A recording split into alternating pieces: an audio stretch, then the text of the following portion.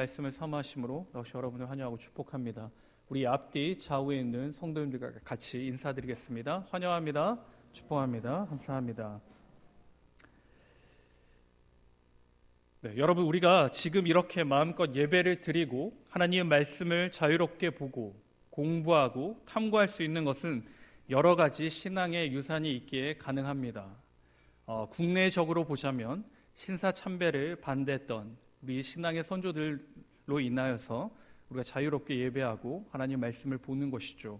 더 확장을 하자면 바로 종교개혁이 일어났기에 우리는 지금도 하나님을 찬양하며 마음껏 예배드릴 수가 있는 것입니다. 여러분, 혹시 유럽 여행을 해보신 적 있으십니까?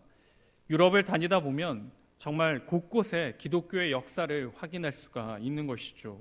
시간이 되시면 한번 이렇게 종교개혁의 발자취를 따라서 여행을 해보시는 것도 아주 풍성한 의미가 될 것입니다. 우리 교단과 같은 개혁주의 교단에서는 매해 10월 마지막 주일을 종교개혁 주일로 지킵니다. 몇 년 전에는 이 종교개혁이 500주년 기념이 되어서 굉장히 많은 프로그램들을 가졌는데요. 그만큼 개신교와 특별히 개혁주의 입장에 있는 우리에게는 굉장히 중요하고 소중한 날이다 할 수 있겠습니다. 우리가 지금 사회를 보면 딱 두 가지 주장들을 합니다. 두 가지 주장이 무엇이냐? 하나는 개혁하자입니다. 개혁하자. 모든 것들을 개혁하자. 이렇게 하죠. 그리고 그 반대는 무엇입니까? 수구입니다. 수구. 우리가 잘하고 있으니까 그냥 그렇게 가자. 이렇게 하는 것이죠. 개혁이나 수구나 무조건적으로 좋거나 나쁜 것이 아닙니다. 정말 철저하게 무너지고 쓰러지고 나뉘어졌다면 개혁해야 하는 것이죠. 그러나 잘 되고 있다면 수구도 당연히 이루어져야 하는 것입니다. 시대적 상황과 형편에 따라 받아들여져야 되고 이해되어져야 하는 것이죠. 그렇다면 종교개혁은 왜 일어났을까요? 무슨 일이 있었기 때문에 이 개혁이 필요하지 않겠습니까? 모두 다 살펴볼 수는 없지만 딱 두 가지로 정의할 수 있을 겁니다. 먼저는 말씀의 무지입니다. 말씀의 무지. 알고 계시듯이 중세시대는 말씀이 성경이 라틴어로 기록되어 있었습니다. 그런데 이 라틴어를 누가 읽을 수 있을까요? 성직자들만 읽을 수가 있는 것이죠. 일반 성도들은 라틴어 성경을 가질 수도, 값이 엄청나게 비쌌다고 합니다. 가질 수도 없고 읽을 수도 없는 것이죠. 그래서 어떻게 합니까? 그냥 와서 듣고만 있는 겁니다. 성직자가 하는 말을 듣고만 있는 것이죠. 말씀의 무지입니다. 그래서 이것을 보완하기 위해 나온 것들이 성상입니다. 성상. 유럽 교회를 가면 스텐실에 여러 가지 말씀의 그 그림들이 그려져 있죠. 그리고 여러 가지 화가들이 그 성경의 그 그림들을 그리고 기록한 것을 우리는 보게 됩니다. 그것이 바로 이렇게 되는 것이죠. 말씀을 그림이나 상징물에 녹여서 사람들에게 알려주던 일들이 일어난 것이죠. 무엇입니까? 말씀의 빛이 가려지게 된 것입니다.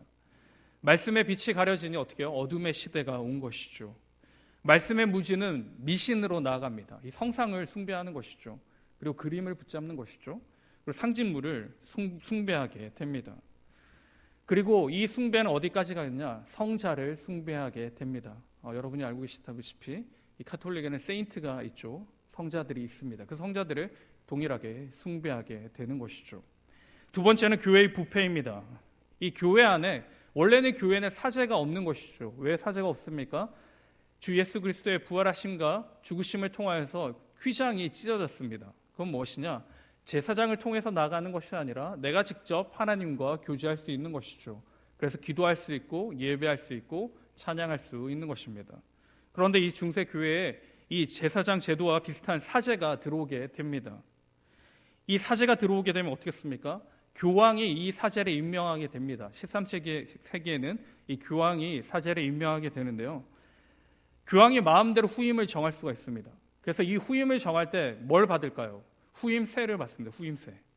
그리고 예약금을 받는 거죠. 예를 들면 내가 성직을 하겠습니다. 이렇게 예약세를 받는 것이죠. 그리고 성직자로 임명되었지만 1년간 어떻게 해요? 또 그 헌금을 교황에게 내게 됩니다. 혹은 성직으로 임명되고도 내가 그것을 하지 않겠다라고 이렇게 말하면 약속 변경세라는 것을 냅니다. 여러 가지 세가 붙는 거죠. 굉장히 부의 축적을 하는 것입니다. 교회가 부를 축적하는 것이죠. 또한 이 결에서 뭐가 나옵니까? 면벌부가 등장하게 됩니다. 여러분이 알고 있는 면죄부가 등장하는 것이죠. 무엇입니까? 죽은 사람들이 연옥에 있는데 이것을 구매함으로 이 사람이 천 몇백 년 동안 있을 것을 몇 개 사느냐에 따라 이렇게 줄어든다는 것이죠. 판매하는 겁니다. 판매하는 거. 이 모든 것을 한마디로 말하자면 무엇입니까? 부패입니다. 부패. 교회의 부패이고 성직자의 부패입니다. 이 부패가 성도들마저 눈과 귀를 어둡게 한 것이죠. 다 무너져 내렸습니다. 다 하나님의 말씀은 가려졌고 하나님의 은혜를 짓밟고 있는 것이죠. 이런 상황에서 누가 나옵니까? 여러분이 잘 알고 계시는 마틴 루터가 등장합니다. 알고 계시듯이 그는 1505년에 법대에 진학을 합니다. 그리고 굉장히 똑똑했다고 하는 것이죠. 그러던 어느 날 하나님의 인도하심을 경험하고 그가 사제가 되기로 결심합니다. 그래서 아우구스티누스파 수도원에 들어가게 됩니다. 근데 이 마틴 루터가 수도원에 들어가서도 해결되지 않는 한 가지가 있었습니다. 그것은 죄의 문제였습니다. 죄의 문제. 자기가 속세를 끊고 이렇게 수도원에 들어와서 매일 하나님 말씀을 묵상하고 매일 하나님께 경배하고 예배드리는데 늘 자신의 마음 한구석에는 이 죄가 해결되지 않는 것이죠. 작은 속삭임들이 계속해서 들립니다. 너는 여전히 죄인이다. 너는 그렇게밖에 할 수 없다. 이런 말들이 계속 이렇게 들리게 되는 것이죠. 굉장히 고통스러워하는 겁니다. 그때 그가 가장 가고 싶었던 곳이 있었습니다. 바로 로마입니다. 로마. 교황청이 있는 로마입니다. 로마. 거룩한 도시 로마로 가고 싶었죠. 그리고 그 로마를 정말 가게 됩니다. 굉장한 꿈을 안고 부푼 가슴을 가지고 가게 됩니다. 그런데 거기에서 더 혼란만 가중받고 오는 것이죠. 거룩하다고 생각한 로마시가 죄와 부패로 가득 찹니다. 여러분 혹시 라테랑 성당이라고 혹시 들어보셨습니까? 로마에 가면 라테랑 성당이 있는데요. 이 당시 중세 시대에는 이 홀리 스테어스라고 그 거룩한 계단이 있습니다. 그래서 그 계단에 올라갈 때 무릎으로 올라가는 것이죠. 한 무릎 올라가고 나서는 입맞춤을 하고 주기도문을 외웁니다. 그래서 계속해서 끝까지 올라가는 것이죠. 그러면 죄가 사해진다. 이런 이야기들을 하는 것입니다. 이 모든 것에 크게 낙심합니다. 자신이 알고 있는 말씀과 자신이 믿고 있는 하나님이 도대체 무엇인가 고민하게 되는 것이죠. 그때 그가 발견한 말씀이 바로 우리가 읽은 로마서 1장 17절 말씀입니다. 우리 다시 한번 더 로마서 1장 17절 말씀을 같이 읽겠습니다. 시작.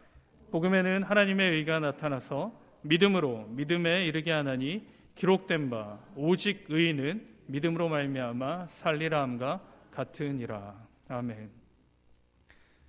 로마서 1장 17절 말씀을 묵상하고 그는 바른 죄의 용서를 발견하게 됩니다. 면벌부로 인해 면죄부로 인해 용서가 되는 것이 아니라 성 계단을 무릎으로 꿇고 올라가는 것이 용서가 되는 것이 아니라 오직 믿음으로 구원을 받고 오직 믿음으로 말미암아 하나님을 믿고 예수님을 구주로 영접한다는 것을 발견하게 되는 것이죠. 그러고 나서 그가 한 것이 무엇입니까? 여러분이 너무나도 잘 알고 있는 1517년 10월 31일, 그래서 10월 마지막 주를 종교개혁주일로 섬깁니다. 10월 31일 비텐베르크 성당 앞에 95개조 반박문을 붙이게 됩니다. 항의문이라고도 하는데요. 그렇게 붙이게 되죠. 그 첫 줄이 이렇게 시작합니다. 회개하라. 회개하라로 시작되는 것이죠. 이것이 종교개혁의 시발점이 됩니다. 그리고 그는 헬라어 성경을 독일어로 번역하게 되는 것이죠. 그 초판이 1522년에 발간하게 됩니다. 오늘 여러분 주보 받으셨죠? 주보 앞에 보시면 조금 색다른 이미지가 있을 겁니다. 이것이 바로 마틴 루터가 독일어로 번역한 최초의 성경이라 할 수 있습니다. 이 성경을 번역하게 되는 것이죠. 그리고 발간하게 됩니다. 이 성경이 바로 오늘 우리 주보 앞에 있는 그림이죠. 그리고 이 종교개혁 후에 칼뱅, 여러분이 잘 아는 칼빈, 그리고 찌빙글리 등의 위대한 개혁자들의 진보가 일어나게 됩니다. 이 종교개혁에 세 가지 정신이 있습니다. 이 오직이라는 건데 오직. 첫 번째는 오직 성경입니다. 솔라 스크립추라. 오직 성경입니다. 그리고 두 번째는 오직 믿음. 솔라 피데. 그리고 마지막은 오직 은혜. 솔라 크라티아. 그리고 여기다 두 가지를 더하면 오직 예수. 솔루스 크리스투스. 그리고 오직 하나님께 영광. 솔리데오 글로리아, 이 5가지라 볼 수 있는데요. 이제 보편적인 이 3가지죠. 오직 성경, 오직 믿음, 오직 은혜입니다.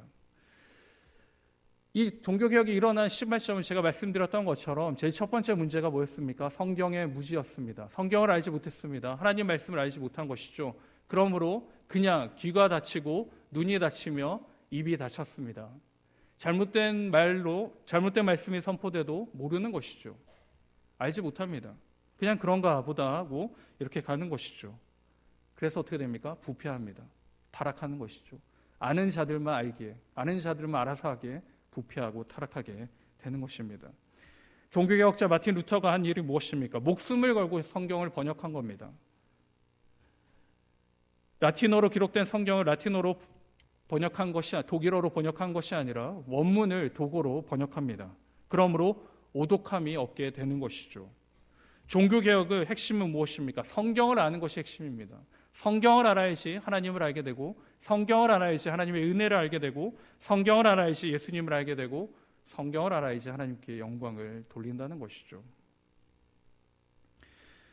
오늘 우리가 읽은 본문 말씀, 오직 믿음, 이 말은 칭의의 조건으로 모든 행함을 배제한 것이지 열매를 거부한 것이 아닙니다. 무엇입니까? 오직 믿음은 행동으로 나타나는 것이죠. 오직 믿음으로 말미암아 참된 선행과 순종과 사랑이 나타나야 하는 것입니다. 루터는 믿음은 우리의 사랑이 아니라 그리스도로 채워졌다라고 말하는 것이죠. 그러므로 믿음은 그리스도와 거하시는 성전입니다. 그리고 믿음을 통하여 그리스도가 우리 안에 거하신다는 것을 알게 되는 것이죠.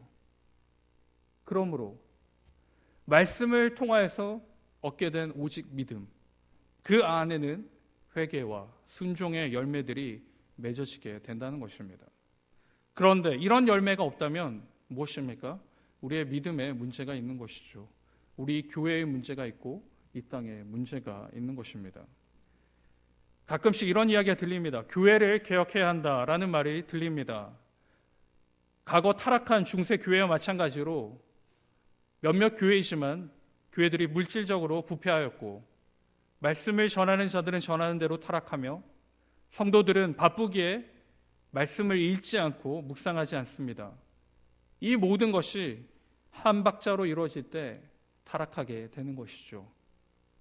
여러분, 지금 우리 교회와 이 한국 교회의 모습은 어떠합니까? 개혁이 필요합니까? 아니면 수구가 필요한 것 같습니까? 짧은 시간이지만 제가 볼 때는 개혁이 필요한 것 같습니다. 그럼 우리는 어떻게 개혁해야 합니까? 프랑스 시민혁명처럼 들고 일어나야 합니까? 아니죠. 종교개혁은 그렇게 일어나지 않습니다. 종교개혁은 모르던 말씀을 알게 되고 깨닫고 그것을 행동으로 나타낼 때 바로 개혁이 일어난 것이죠. 사랑하는 성도 여러분, 오늘은 종교개혁 기념주일입니다. 우리가 이것을 왜 기념해야 되느냐? 기억해야 하기에 기념하는 것이죠. 무엇을 기억해야 할까요? 바로 오직 말씀, 오직 믿음, 오직 은혜, 이 3가지를 분명히 기억해야 하는 것입니다. 이것을 잊어버리고 이것을 잃어버리고 나아갈 때 우리는 여전히 타락하고 부패할 수밖에 없는 것이죠. 바라옵기는 저와 여러분의 삶을 개혁할 수 있기를 바랍니다. 지금까지 잘해오셨겠지만 앞으로 더 잘하기 위해 개혁하시기 바랍니다. 개혁하기 위해 무지하게 사는 것이 아니라 말씀을 깨달아 알 수 있기를 바랍니다. 저와 여러분이 하나님의 말씀을 열심히 탐구함으로 우리의 신앙을 개혁할 수 있기를 바랍니다.